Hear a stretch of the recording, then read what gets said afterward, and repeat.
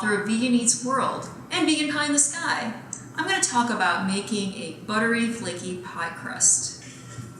But mine doesn't contain butter. I use a blend of shortening and margarine. I recommend trying to find the non-hydrogenated, more natural kinds that you can find in a lot of health food stores and at Whole Foods. So I'm going to start with 2½ cups of all-purpose flour. I'm going to throw in 3 tablespoons of sugar, and 1 teaspoon of salt.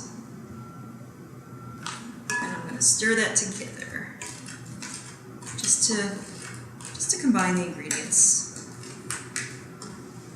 All right, now I'm going to add my fats. So I mentioned before, I'm using margarine. I'm using a high-quality vegan margarine that doesn't contain any trans fatty acids. So that's about 8 tablespoons of margarine. Now I'm going to also add shortening. This is a high-quality shortening as well that doesn't contain any trans fats. And I'm going to add 8 tablespoons of that to my flour. I'm just cutting it up in rough chunks because I'm going to work the fat in by hand using a pastry cutter. If you're really in a hurry, you can also use a food processor as well.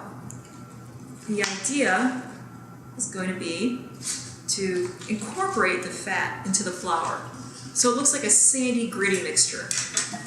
So this is a pastry cutter. It's a fun thing to use if you don't want to get all high-tech with a food processor. You can also get a pretty good workout as well.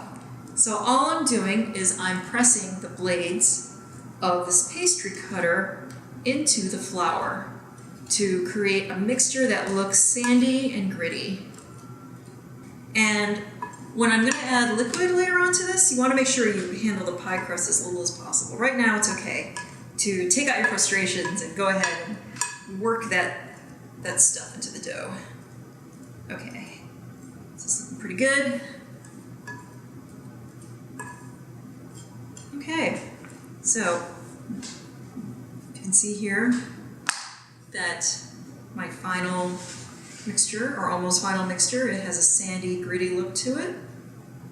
I'm gonna create a well in the middle. I'm gonna add some liquid.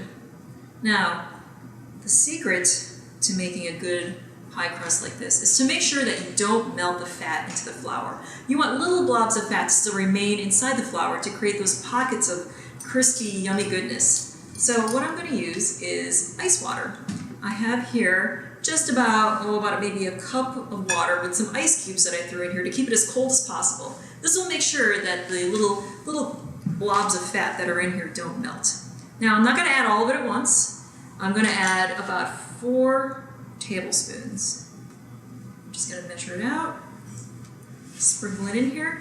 I only want to add enough liquid just to keep the dough together, just so it forms a cohesive ball.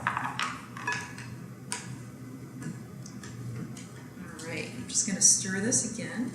Now, if you were using a food processor, you do the same thing. After you just blended it up so the margarine and the shortening get incorporated to form a sandy mixture, you'd add in your water about 1 tablespoon at a time.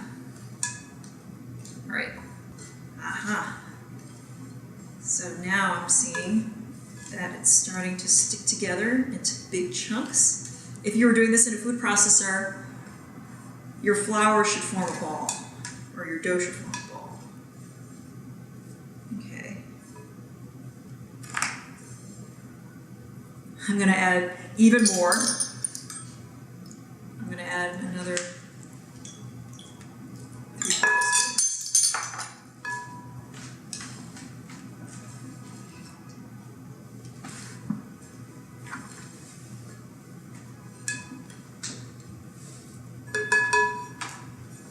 Okay, great.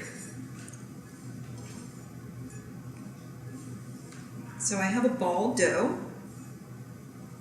like so, and I'm just going to gently press it together.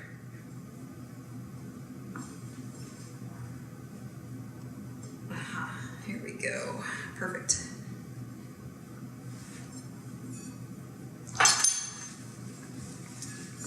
Pie dough.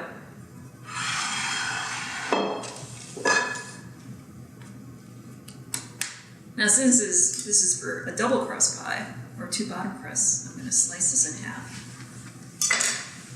And ideally, you'd want to press it into a disc about 1 inch thick.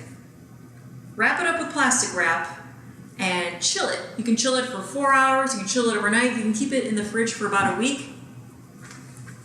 You're going to have a lot of pie dough in hand. But right now, I'm just going to show you quickly how to roll it out, the way I like to do it when I just want to make a pie quickly.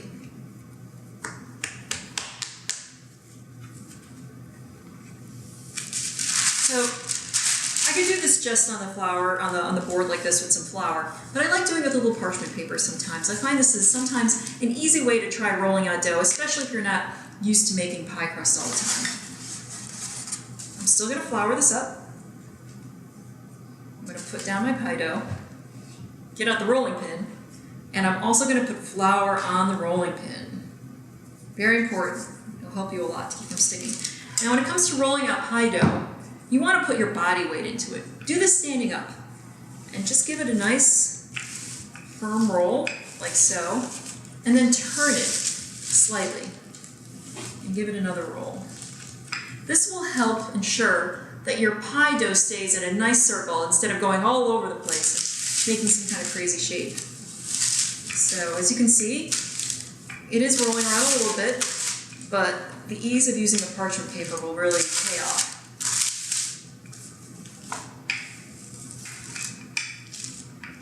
So, I'm looking at my 9-inch pie plate. It's a pretty standard size pie plate. This is my quick and easy way where our parchment paper pays off. Just put this in here, flip it over. Move it around, center it, press it in, and carefully peel it away.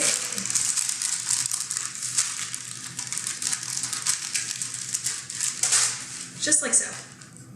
Isn't that great?